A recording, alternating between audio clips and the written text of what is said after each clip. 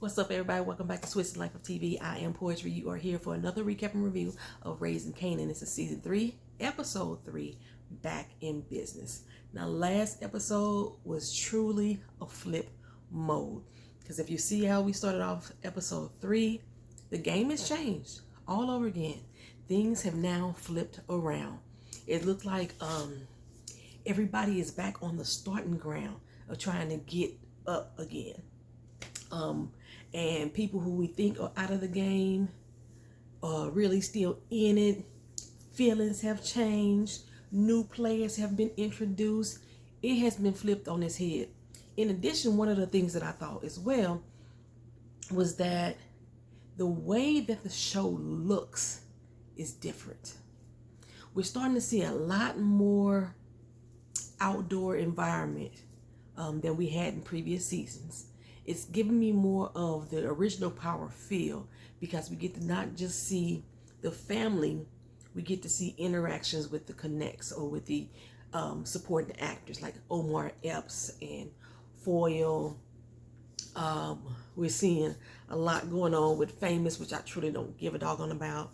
We're seeing a lot of that stuff too. People's attitudes have flipped. As well as emotions. So a lot of things did flip last episode. Starting with one of the ones I have the most grievance with, Unique and Rock. Okay, y'all know if y'all watch me in previous years that I be crushing on Joey Badass. You know what I'm saying? Y'all know I be crushing on him. And him and Rock getting together kind of got me in my motherfucking feelings. That's all I'm saying.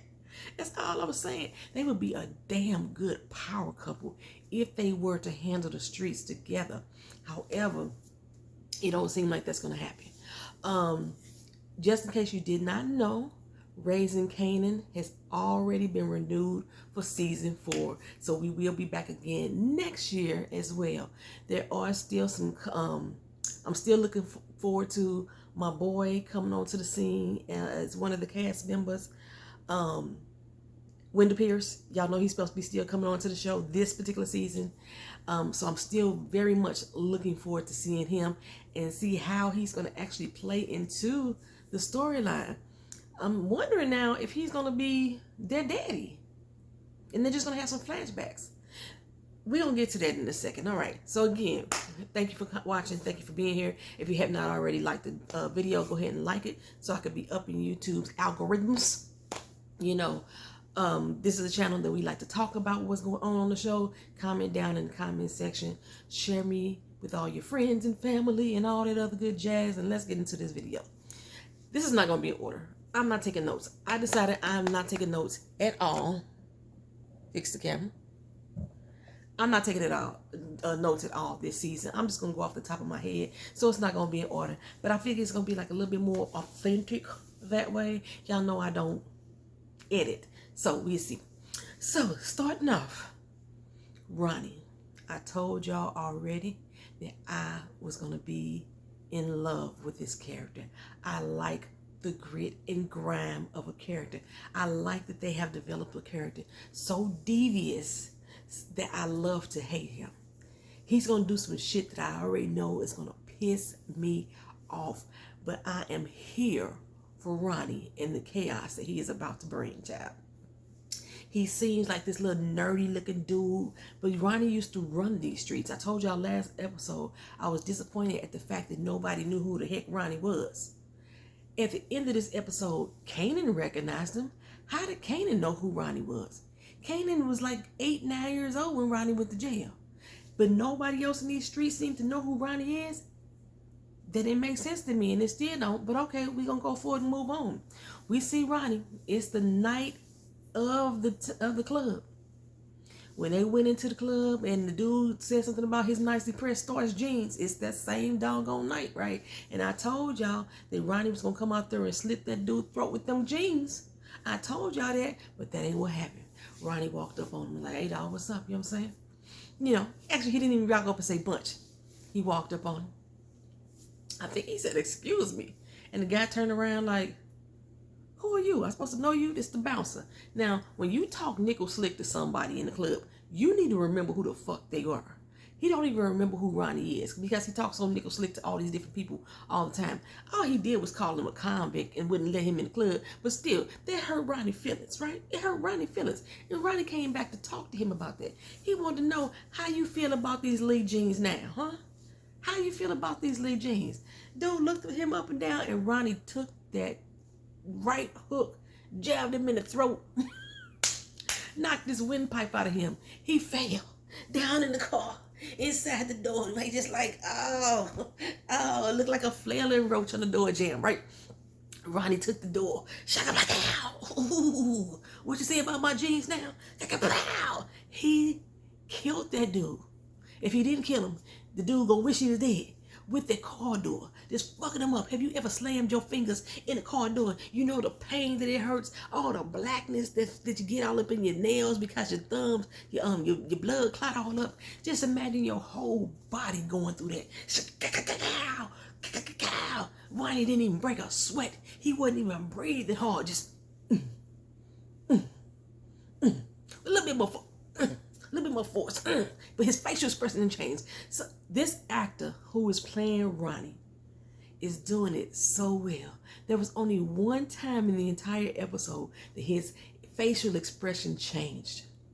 One time his facial expression changed, and that's when he got on Prashina's nerves. Other than that, this dude, whoever the actor is, well done, young man. Well done, young man. You playing the hell out of Ronnie. Okay. So I think he killed that boy. If he, like I said, if he wasn't dead, he should have been. He reached into his wallet, took his money out. Now these motherfuckers, I don't know why they don't give a damn about fingerprints back in the day. The police was still fingerprinting back then, but he just took his money out of his pocket, tucked his little wallet back on in there, and say, you know what? I'm gonna keep this change right here. I'm gonna give me some jabos, try to step up my game, come up into the 90s. In the 90s, it make you feel good. It make you feel good. I can sing that right, because that's public announcement. It's not necessarily R. Kelly. It's whatever. Okay, child. So anywho, yeah, Ronnie put a hurt on him. Now, Ronnie is at the gym, working now. Well, he waiting on Unique to come through to work out. Ronnie don't look like he the type of dude that's been like really buffing up in the gym. But Unique came in, put them arms out. He like nice little cut up. He like one of the little skinny dudes that's working under pressure. I love a muscular, skinny person. Slender, just a little martial added to him. Got the body of a track star. I like that. You know what I'm saying? Anywho, they in the gym. Unique still got all his fucking gold on in the gym. You don't take that shit off for nothing. And Ronnie is like, you late. He's like, yeah, but I'm here though. He said, I had some stuff to do. I had to, get with Jerome and do this, that, and the third. Ain't Jerome his son? I don't remember what it was, but he had to get with Jerome. And he's like, you still late. You know what I'm saying? You up here bullshitting when I'm trying to make this money. Why we ain't working yet? Why we ain't got money moving? You need to tell them, things move kind of slow. Things was hot on the block. I got to recuperate, get myself back in the game. And remember, he went and talked to Stefano about going into business with him. And Stefano deals with heroin. So that's what their next big thing is. They're going to move on from crack and go to heroin. At least Unique is, right? And he was like, I just got to get some things in place and some checkers and, get stuff moving. And Ronnie is like, you up here bullshitting around, still trying to get stuff in place, while Rock is out here taking all our money. She out here eating, and we ain't got no lunch money, okay? Our account is in the negative. We can't even get free lunch today. We ain't got no free lunch pass, nothing. She out here moving, and you need to tell her, look, you ain't got to worry about her. Trust me, she out the game, okay? Ronnie know damn well Rock ain't out the game. He said if that bitch breathing, then she's still hustling. Trust and believe that shit, right? Ronnie already feel there's something going on with Unique and Rock. He really feel it already. In the test of theory, he said, you know what? I should have took that bitch out back in the day. But it ain't too late for that. Just to see Unique's reaction.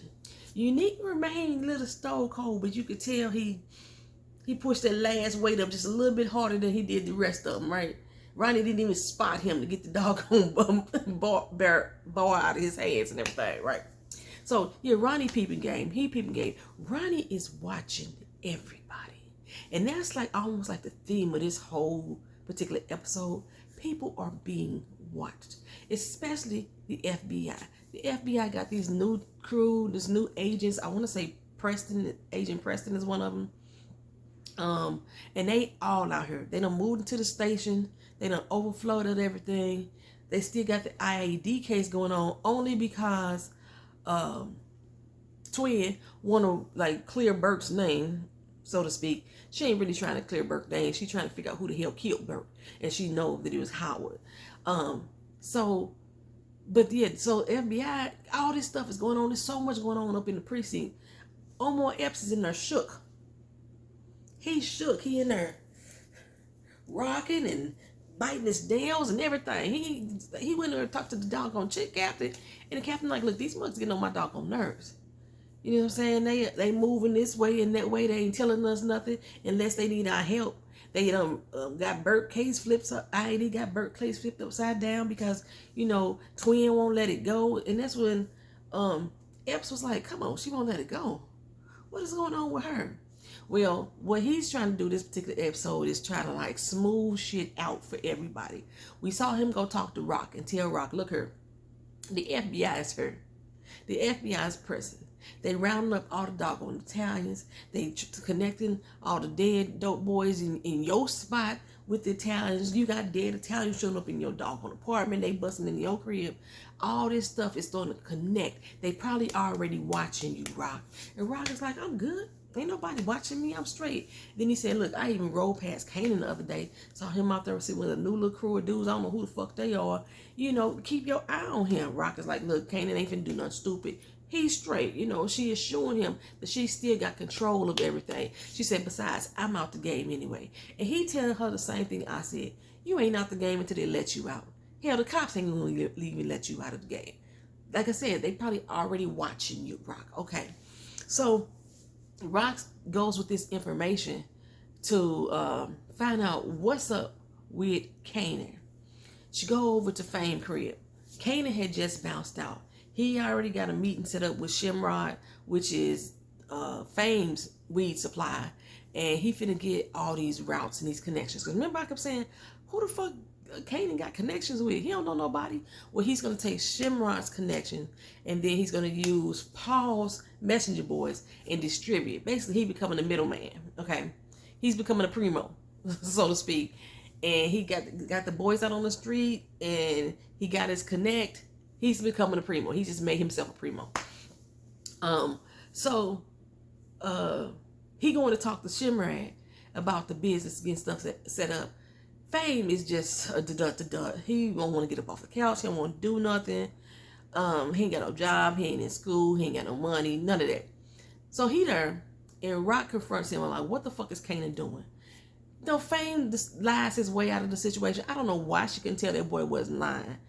Kanan got maps all over the place, you know, of Manhattan and New York, lining out the barrels and everything. She asked Fame what's up with that. He's like, I don't know. Somebody leaves stuff around her all the time. You know, I don't know nothing. Well, she gives him some money. I thought she's going to pull out her gat on him to put it in the mouth, same way she did Paloma, like, boy, don't lie to me. Tell me what I want to know. But what she did was give him some money, said, if you need anything, boom, here you go. And so this is her way of buying Fame to say, I know y'all on hard time right now, but in order to keep your head up, keep you in the game, and, you know, keep you afloat, I'm going to kick you down a little something here, right, to keep y'all going. You tell me what the fuck I need to know. That's basically what she's telling him. Okay, well, Fame over there with Shimrod. Of course, Shimrod is against it at all. I don't even know you. I don't even know why I'm dealing with you, this, that, and the third. But Kanan lays out the plan for him. Tell him we can make 3 times as much money as you normally make it. You ain't got to have all these motherfuckers coming to your door. They ain't got to be outside your house smoking. Hell, Fame was just over there smoking up all his shit the other day, eating up his kids' Captain Crunch cereal and everything. That sounds real good right now. I do really want a bowl of Captain Crunch cereal, crunch berries on top of that. Oh, that sounds good. I just ate breakfast though. But anywho, so Shimrod, like, he said, I'm down. You know what? You make me some money. If I don't like the way things going, then I'm out. And Kanan assures him, we finna make all the money that we ever need to make in life. On God, I tell you that, right? All right, so next move that Epps make is to go over there and talk to Foyle. She coming out of her station. And, you know, Twin looks just like Burke. I swear they look like, especially with their hair pulled back into the bun. And, you know, he does so non-confrontational. He does so as if he is really being sympathetic and is on the same side as her. Like, I know Burke had some shit on me and she wasn't wrong about half the stuff, but I'm not going to tell you what it is because it's not work. It's not your business. It's not hers. It's not, you know, it's not yours. Did I say that right? It's not your business, not her business, and it ain't about work. It's personal. So I'm still keeping it to myself. But that was my partner, and I did care for her, and that's that and the third, right? So he appealing to her senses, and then he basically telling her, ooh, I messed my hair up when I did that. Whatever. She basically, because it's supposed to have a fluff right here, and the fluff is like sinking back. Whatever. I shouldn't have added it.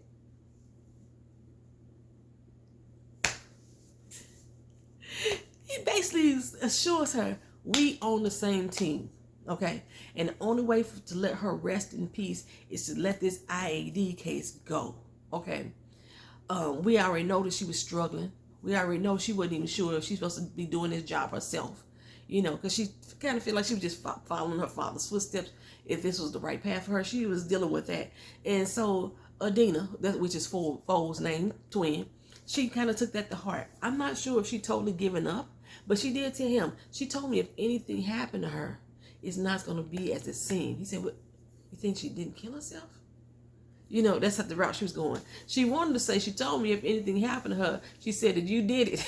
That's what she wanted to say. But anywho, so I'm not sure if Adina really bought it. It looked like she did because she was in tears. She was emotional. I don't know if it was just emotion for thinking about, you know, Burke, or if it was emotion because she was scared, because she looked terrified him, especially when he walked up to her to tap her on the shoulder. She looked like, oh shit, he finna get me next. That's the way she looked. Okay, so am I gonna go back over to Fame and Famous and Kanan? I'm gonna go back to Famous and Kanan. So Famous and Kanan, they got shit popping. Well, at least Kanan do. Now, Kanan had assured Shimrod that Fame wasn't gonna have nothing to do with this, but you see Fame is assisting him. He actually needs help, okay? The beepers are going off. The sky pages are they blowing up at this particular time. And with every call, Kanan has to call back, get the person's address, and make sure the bike courier goes to where they need to go. Now, one of the dudes was kind of unsure about it. He's like, hey, I don't want to be sitting in one spot waiting on you for the call. He's like, trust me, son, you ain't going to be doing it. This dude brought back a whole bag of money. Y'all so trustworthy, baby, because I don't know if that could have been me, because I would have pension off the top. I know I would have. Anywho, it looks like Kanan got things popping like they need to pop, right? Well, like I told you, Ronnie is watching everybody, y'all. Ronnie is watching everybody. He watching them. He watching Unique. He watching Rock. Ronnie got his eyes open.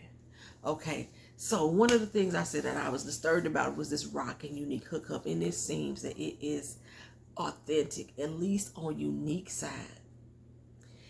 Somebody said something, I can't remember who it was, about being in love, and the way that Unique was like, damn, could I be in love?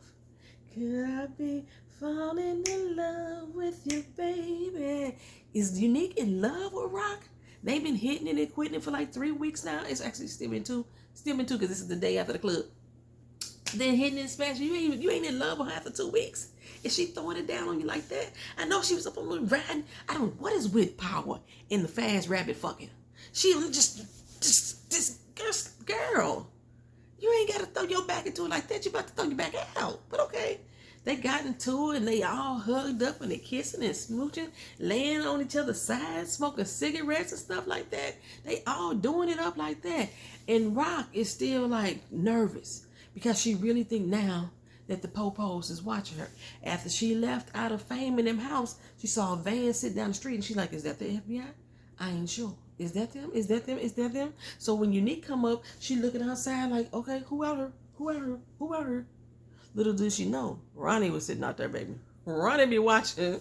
Ronnie watching everybody. It wasn't 5-0. It wasn't the FBI. But Ronnie was. Okay. So Rock tells Unique that and this is why it seems like they solidifying the relationship a little bit more, and it may actually be real. I still think they're using each other in some kind of way, but it may actually be real. She tells Unique that she got all this money sitting in the storage.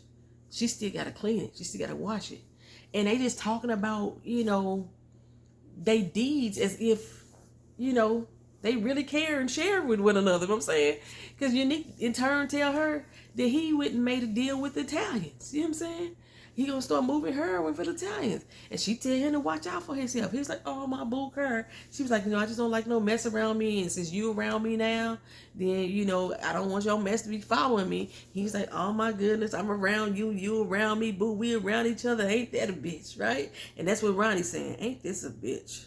As he sit there, he watched Unique walk out of Rock's house. Ronnie's sitting there like, ain't this a bitch? I knew this motherfucker. Now, Prashina had came home early, right? And she was like, finna put away the groceries, and Ronnie in the kitchen looking for his Cheerios, like, hey, you bring my stuff? And it scared the shit out of her, like, why you here? And where is Unique? Why he ain't here? Where he at? He's like,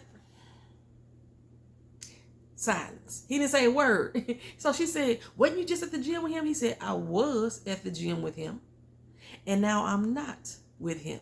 So I don't know where the fuck he's at, right? And so then he threw out though, maybe he with his side chick. Like I said, he's already assuming, this is before he even went to Rock's house, he's already assuming that Unique and Rock are fucking around. So he's like, well, maybe he with his side chick. So Prashina getting her feelings like, how dare you say that shit to me? You know he loved me. I'm ad-libbing. You know he loved me. He ain't gonna be with her and nobody else but me.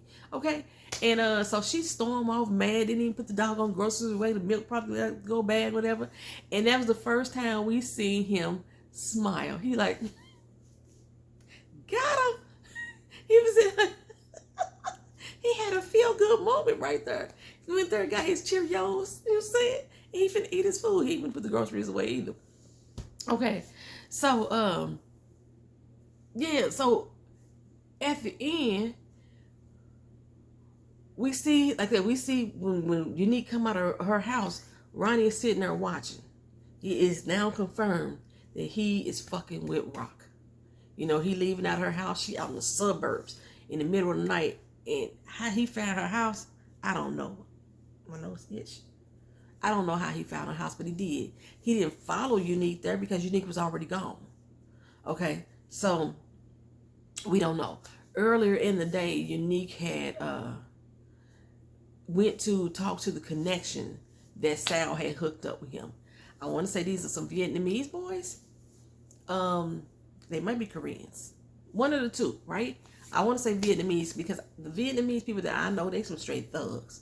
The Vietnamese are fucking gangsters. They like,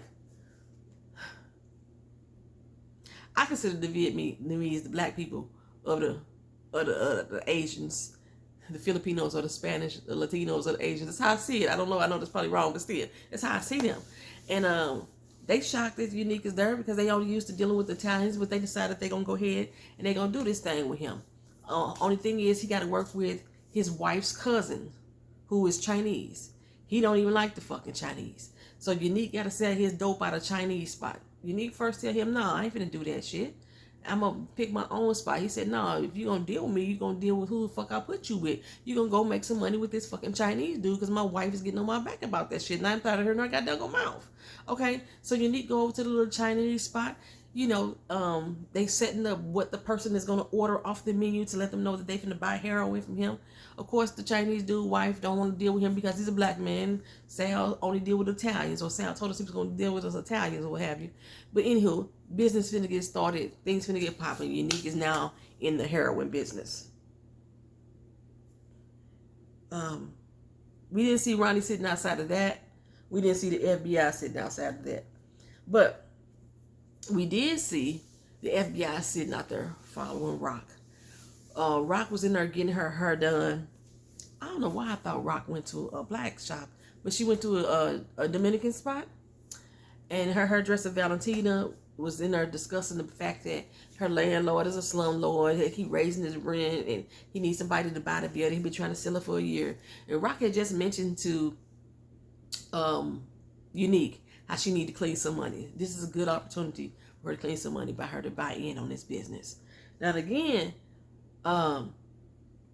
first of all, where does the money coming from? You know, Unique had already told her she need to furnish her goddamn house. Ain't nothing in there. They probably was they sleeping on air mattress or something, whatever. You need to furnish the house. But now she finna take some of this money and invest to this doggone salon where she can move money through there and clean her damn money. The FBI is sitting outside watching that. They taking pictures, making little derogatory marks about how they want to smash. You know what I'm saying? She don't look like she no hardened criminal or what have you. I don't even know how all the two get tied together. The FBI did go pick up Sal. Sal didn't give out no information. He just owned a little aquarium shop. They bust up in his shop acting like they try to get him for some exotic rare species of fish that he ain't supposed to have. But they really try to tie him into Sal's murder is what they try to do. They know he knows something about Sal's murder. They probably got something out of Giorgio because they got a gun charge, which things gets me right. They going into the shop. Giorgio goes to reach for the gun, but they're just gonna put the gun on Stefano. A lot of business owners have weapons in their shop, and he was already giving him a gun charge without even knowing if the weapon was registered.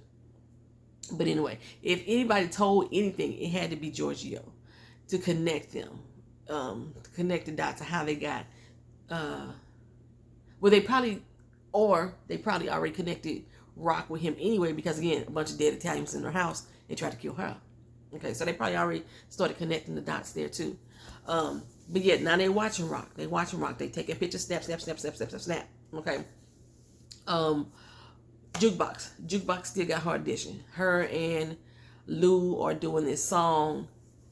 I don't like the song, y'all. I love the way Haley Kilgore sings. I don't like the song because I feel like there's too many fucking runs in it. There's no cadence to the song, no natural cadence to the song. I can't tell the bridge from the chorus. I can't tell the verse from the hook. Everything sounds like just a bunch of runs, running on. I know that the song is about Nicole, but that's all I can tell.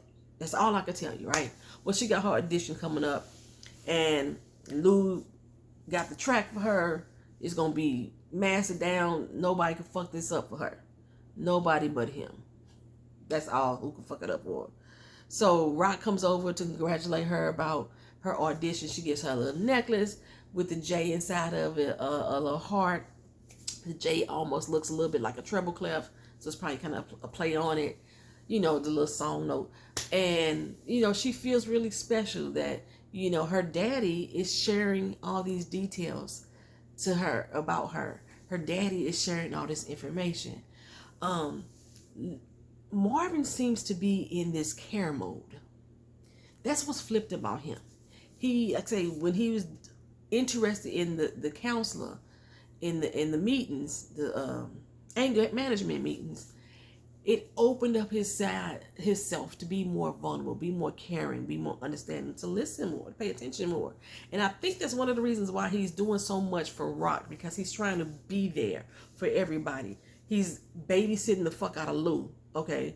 We see him take Lou to another club, which he shouldn't took Lou at all. They went to the clubs up in Manhattan so he can deal with the white boys and start selling his dope there. So Marvin is now back in the game for himself. So we got Unique back in the game with his dope. We got Kanan in the game with his dope. And we got Marvin in the game with his dope. Doing his do up in Manhattan, right? So while Juke and Lou is going through the music, Marvin is there. He like 10 toes down. My baby is on there, right? Cheering her on, giving her words of encouragement. Some shit that Jukebox just haven't had ever. Okay? He's really being supportive of his daughter in this moment.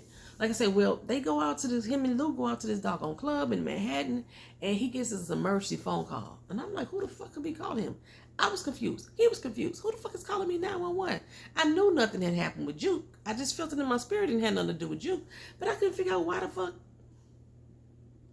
they wasn't calling them. I mean, why? You know why? Why they ain't all got cell phones? Why they ain't out with them big ass phone? Why ain't everybody got no phone? Okay, so anywho, Marvin goes take the phone call, gets some disturbing news. We can just see it by the expression on his face. And then he goes back and he tells Lou, I'm out. He should have took Lou with him. Lou is a lousy drunk. He's one of the people that gets drunk, gets sloppy, and gets angry. And he tells him, don't do nothing bad tonight. He's like, I'm not. I'm going to be all right. I'm going to be good. He up there taking shots with a bunch of people at the bar. He feeling good about himself. He liked the environment, liked the atmosphere. Lou gets fucked up. He's so fucked up that he walking down the street. He's stumbling, almost bumping into people. Can't light his damn cigarette good and everything. And then he stops, finally get an inhale of the cigarette that he finally got lit. He stops in front of this club and decides to go inside of this club. Now he walks in the club fully sober walking, it seems, okay? He goes in there and he starts talking to the bartender. There's a song playing. It turns out his daddy is on the song. His daddy was a musician. He's playing horns. The bartender knew his father 30 years ago. She used to bartend for the clubs that he played in, and she knew all the musicians back then. So they get to chit-chatting about about his dad. And that's why I wonder if Wendell Pierce is going to play his dad. It's going to just be like a flashback of some sort. I don't know. Because we haven't heard much about Daddy at all. We heard about Mama. Mama was a gangster, so Mama was a thug. For some reason, I don't know why I thought Daddy was like a holy roller. Like Mama tries to, like Grandma tried to portray herself to be. I don't know why I thought that. But okay, so we hear more about the dad. I think his name was Lewis. Is he named after him? Whatever. Anywho, it's two little cats up on the stage rapping. It sounds like they trying to, is it leaders of the new school that wanted to do? It was the leaders of the new school that was doing that? I think it was leaders of the new school. Anyway, they up on stage rapping. It's an open mic. Some dude in there like bad mouthing them, talking about how bad all the flip flop hippity hop going on the stage. And Lou gets offended and gets up and say something to the dude. And the dude like, who gonna check me, boo? And then Lou punch him in the face. Okay, bounce and grab Lou up. Next thing we know, Lou is in jail, child. Locked the fucked up, drunk as fuck. Okay, and a lot of times back in the day, when the people got locked up and they were drinking like that, the police would just put them in the cell overnight, let them dry out. They don't really charge them with shit, especially if the bar owner didn't want to charge them with anything. So he in the jail drying out, and as he coming to, he see two dudes sitting across from him just mean mugging him, looking like Scrap and D-Wiz. He coming down off his high. And the guilt is starting to set in. That's why Lou is drinking like he's drinking. He's feeling guilty as fuck about all the things that he's done in his life, or at least the people that he's killed, the choices he's made, and wondering, why shit just ain't working out for him. He depressed. That's pretty much what's going on with Lou. He been trying to drink his depression away, and now that he's sobered up, he's starting to see things. Things are starting to come back to him. The ghosts are starting to really haunt him. The monkey's on his back, or so to speak, right? And when he comes to and gets out of the jail cell, he realizes that it's already 12:30 the next day. He's supposed to be at that audition with Juke. He didn't make it. He pages Marvin, and Marvin doesn't answer because they at the audition. The line was long as hell. There's 1,000 people in there. Juke nervous as fuck. She in the bathroom throwing up and everything. Some girl coming there with all kind of attitude and sass like, okay, bitches, I already got this. There's only 2 more spots left. Which one of y'all gonna be my backup singer? Yada, yada, this, yada, yada, that. You know what I'm saying? She talking her good shit. Another girl come out the bathroom. She was just in there throwing up like Juke. Juke in there throwing water in her mouth, clearing her breath. You know what I'm saying? And the girl did the same thing. That's letting me know that she was in there doing the same thing as Juke. She had some Tic Tacs, popped them in, Juke, offered Juke some. So I'm assuming that these two, Juke and that girl, are going to end up in the group together. I don't know about the one with who going to be my backup singer type thing. I don't know about her, right? But Lou still ain't there. So it looks like Lou has let Jukebox down. Mind you, he's in jail. Now, he did page Marvin once he woke up and came to and realized where he was at. And Marvin was like, man, fuck you. You let my daughter down. That's what his mindset is. I'm going to be here for her. I'm going to rah-rah Cisco move out for her. That's what I'm going to do. Juke got up there and did her 30-second audition without music. She did the acapella style. And she started off real slow and then built. They got to her a lot in that 30 seconds. Even a portion of her stage presence, because she was starting to get into it once they cut her off. And Marvin assures her, you got this, baby girl. Like I said, I do not believe that song was any good. But Haley Kilgore can sing the fuck out of anything. She could sing Mary Had a Little Lamb and slam on it, okay? And I don't think that Juke is group material. I think Jukebox should be a solo artist. But it would be interesting to see them put her in a group and where are they going to place her? Are they going to place her as lead? Because she does not have backup vocals. She don't have backup girl vocals. She has vocals to be out front in the center. She just doesn't have a look. The girl that came in with the sassafras, she has to look. Okay, so we'll see what's going to happen with her. And I'm quite sure she is very upset with Lou. Marvin is not going to be understanding with Lou at all either. He's already having a bad day. The 911 phone call, who did it come from? Gerald. Remember Gerald in the anger management class? I don't know why they got Gerald in a drug situation, it seemed. Like he was strung out on dope and two dudes was robbing him in the hotel. That's what it seemed like. Gerald had anger management issues. I don't remember Gerald mentioning he is on drugs as well. But he decided to call Marvin, and Marvin shows up, and they get $300 out of him, and they change the fire just so he can get his boy back. So Marvin went ahead and paid them $500 and got Gerald drunk ass home. He took his ID. I hope nothing happened to Gerald because I thought Marvin put the ID in his pocket. I don't remember, but. We'll see. Because something else is going to have to go on with that. Because I don't see why they would bring Gerald back into the fold unless something more significant is going to happen down the road with Gerald. Like I said, I don't remember him giving the ID back. I thought he put the ID in his pocket and he took Gerald old drunk ass home. And we didn't see nothing else in regards to that storyline. But it has to play her some kind of way. I don't see why they would put that into the story at all.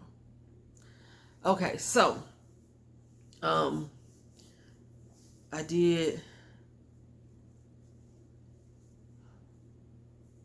get everybody? Ronnie, Bobby, Ricky, and Mike. Okay. Got what Epps got going on. I did that. Unique. We didn't see Juliana this episode. Sal was let go because they didn't really have shit on him. Marvin, we got the 3 stages of Marvin going on. Unique. Okay, so the last person, like I said, that Ronnie was watching was Kanan. As the dope boys are bringing money back up to Kanan and Fame, they out on the street. Fame clocks him across the street like, why this dude over here looking at us? This dude's clocking us. And then Kanan look over his shoulder like, that's Unique, brother. That's Ronnie. He just got out. Like I said, why would Kanan know who Ronnie is? He's like, he just got out, though. You know what I'm saying? Because he ain't talked to his mama. He don't know the history of Ronnie because he ain't having a conversation with his mother to know Ronnie's background. Ronnie was in jail when Kanan was a little boy. How he know? Okay, anywho, Ronnie's standing there watching. Just watching. Just, that's all he needed, his little mic, this little knife. And the way that they did the scene, right? First, Ronnie was across the street, and then the next time they shot it looked like he was getting closer. You know how they do in the horror movies? The person ain't walked, but then they still look close. Like, how the fuck you get right here? He was just over there. That's exactly how he was looking. So Kanan is like real nervous and shit, and he got to watch his back. Rock already watching her back from the FBI. Now he got to watch his back from Ronnie ass. He might need his mama. You might need to call on your mama. Okay? Because Kanan is making money. And Ronnie about to take what everybody got. It's Ronnie's job. It's Ronnie's position to come in and create chaos and take what everybody's got. He's going to come in. He's either going to take over Kanan's spot, snatch his dope boys from him, or he's going to come in and run Unique's spot the way that he wants it to be done. Something going to happen. Something going to happen. We going to see. Ronnie may have to take out the doggone Vietnamese Korean boys. I don't know what they are yet. I forgot. I was watching. I wasn't paying attention now. But anyway, I think I covered everybody, y'all. If I forgot anything, leave it down in the comment section. I thank y'all for watching. Thank y'all for being here. Thank y'all for always being patient. And I am going to have Power Up on Sundays. I know it comes on Friday at midnight. At 12:01 a.m., Power is on the app. We can watch it. I don't like it on that night. I got too much shit to do on the weekends. I prefer when Power came in on Sunday. You hit the app. At midnight, we was up at midnight watching that stuff. So we had all day Sunday to discuss it. Friday at midnight, I got to go to work the next morning. And then I got to go to work the next day. I can't be watching Power staying up late like that. No. They need to put it back on Sunday. I'm going to have to tag 50 cents and say, hey, him, Courtney, Kim, Sasha, all them. Y'all need to move Power back over to Sunday. Like, for real, though. When we go on this Christmas break and come back off, we need Power to be on Sunday. Y'all heard with me? Put it in the comment section. Thank y'all for watching. Peace. There was one other thing I forgot to mention. Okay, so when Lou gets out of jail, he goes back over to the bar and talks to Shirley, the owner of the bar. And he asks her, does she need help with promotion, with help keeping people in line in her? Because she said she never had anybody to help protect her and to help her run the business for the last 15 years. So it looks like Lou has got a new thing to do. Something to keep him invested, motivated. That has nothing to do with rock at all. Has nothing to do with the dope game, but something that can keep him in line.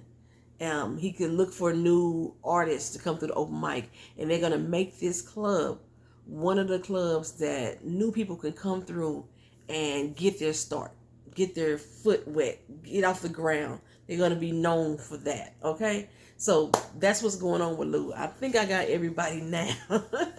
All right, y'all. Peace for real this time.